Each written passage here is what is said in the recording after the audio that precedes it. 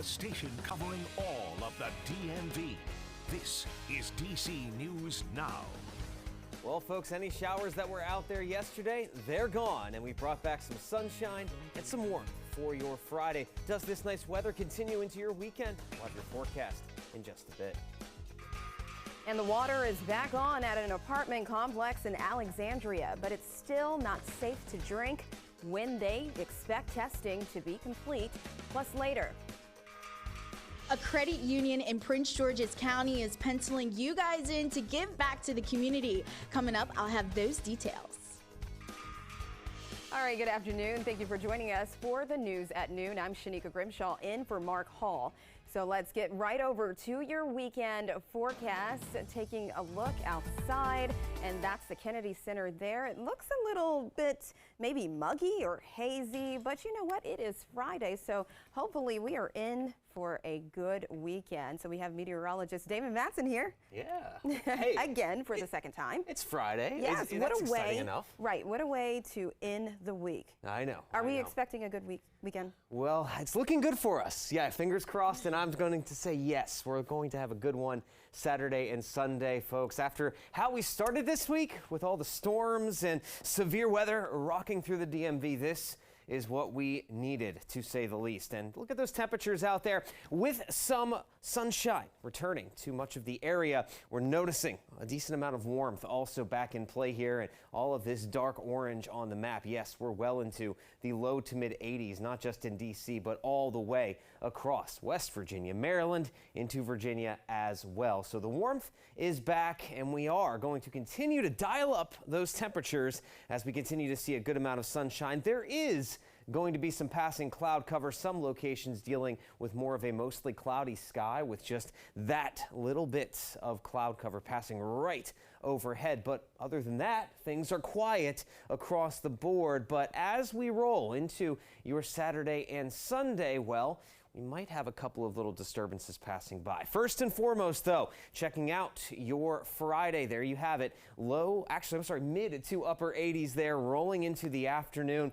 We are going to feel the warmth, but the mugginess should stay in check throughout the day today, as we have a bit of a northwest wind staying locked in place. But that is not going to be the case on your Saturday and Sunday. Pretty typical stuff for August, as we will get into the low 90s. There will be some humidity, and it's not totally going to be quiet. A few spotty storms will be popping up each day. We'll time out when you should keep an eye to the sky over the weekend, coming up in just a bit. All right, thank you, Damon. Happening today at 2 in the district, a D.C. council member is speaking out against closing a giant grocery store on Alabama Avenue in Ward 8. Council member Trayon White will hold a briefing later this afternoon about the rumored shutdown. Our team reached out to Giant. They replied saying, quote, "We do not have any current plans to close, but the reality is that the theft and violence at this store is significant and is getting worse." The company also called on officials for help improving safety at that store location, and we'll have more on this story coming up on DC News Now at 4. And a story that we continue to follow, hundreds of Alexandrians finally have water and air conditioning in their apartments. Residents of the London Park Tower apartments went without for over 2 days. A boil advisory continues for the people that live there. But now the question residents have: how did this happen? Northern Virginia reporter Haley Milon has been working to get answers from city officials and the apartment complex. Property management here says its water main ruptured during a routine fire department test days ago. Now, while the water is restored, the city is advising residents to boil it until the health department deems it safe to drink. Now, for the Bogdanovich family and hundreds of their neighbors here, this week has been filled with heavy lifting.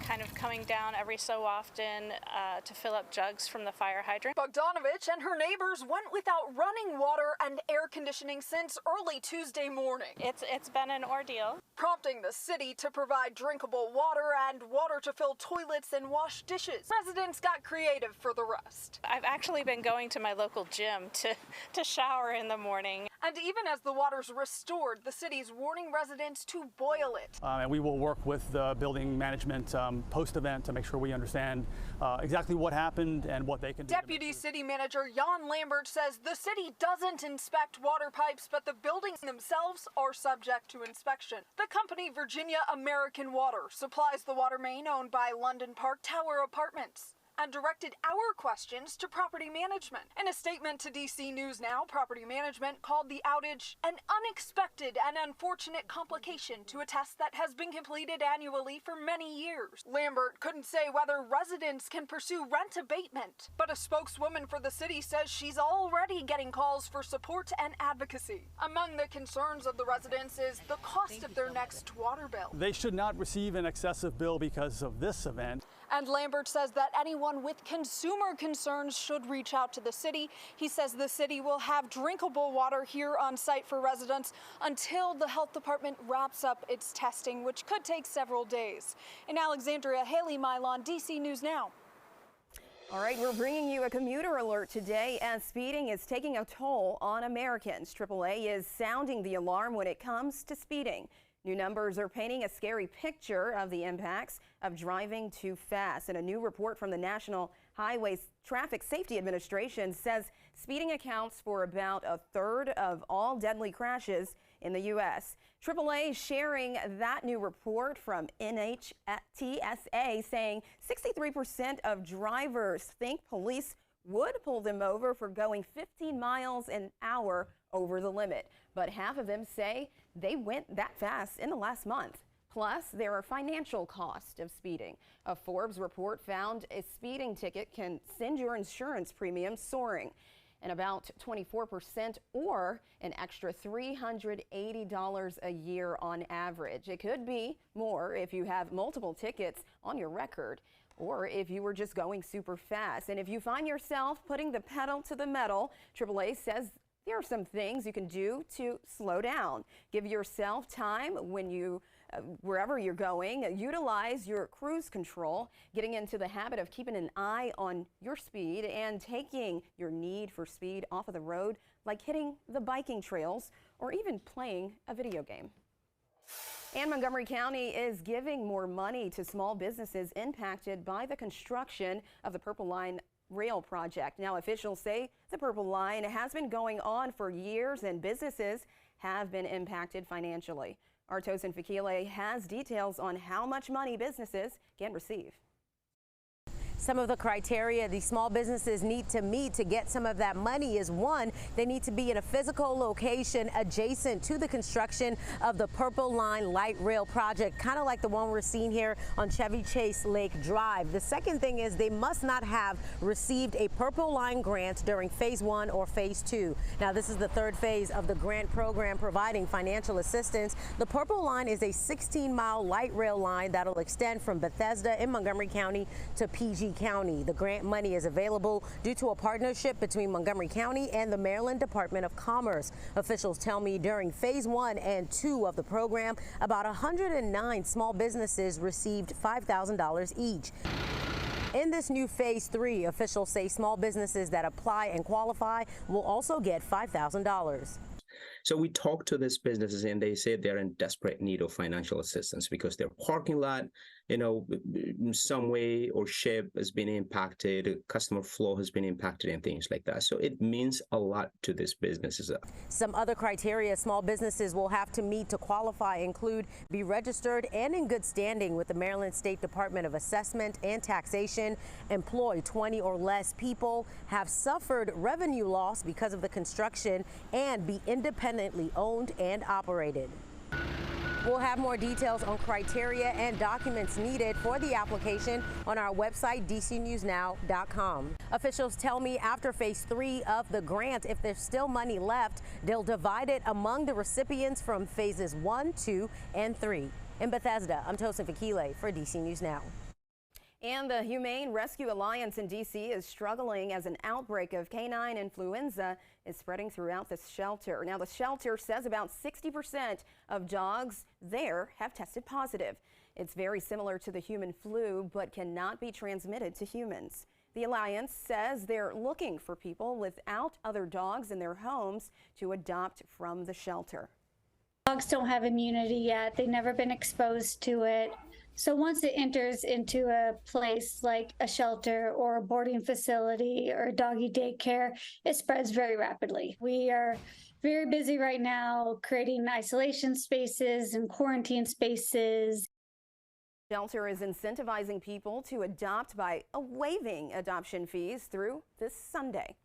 And DC News Now and Andrews Federal Credit Union are teaming up to host a back-to-school supply drive. We're in Suitland, Maryland, where we are collecting your school supply donations all week long, and that's where we find our Brittany Ward.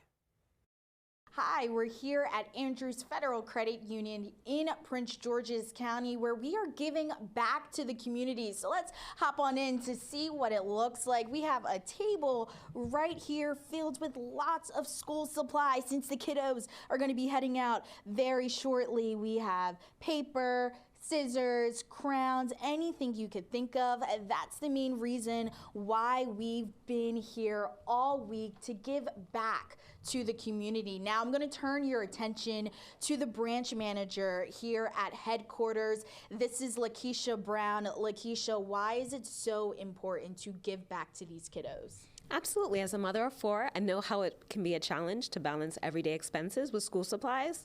So it's so important to make sure the kids are off to a good start and have the supplies they need to succeed. Now, the supplies that we are seeing all over the Federal Credit Union, who are these actually going to go to and who's it benefiting? So they're going to local schools in our area, right here in PG County, and the local community. And they're going to benefit the kids at those schools. Awesome. Thank you so much. Now, DC News Now has partnered with Andrew Federal Credit Union as well as Odyssey all week, giving back to the community. But the good news is, if you couldn't make it this week, you can still donate. You could head to any Andrews Federal Credit Union across the DMV to still drop off your supplies. For now, I'm reporting in Prince George's County. I'm Brittany Ward for DC News Now. Time to give back. Now, new inflation numbers point to higher prices as you do your family's back-to-school planning. Some things that have gone up in price over the last year: girls' clothing up 7%, boys' clothing up 3%, haircuts they're up 5%, and stationery supplies will cost you 9% more than last year.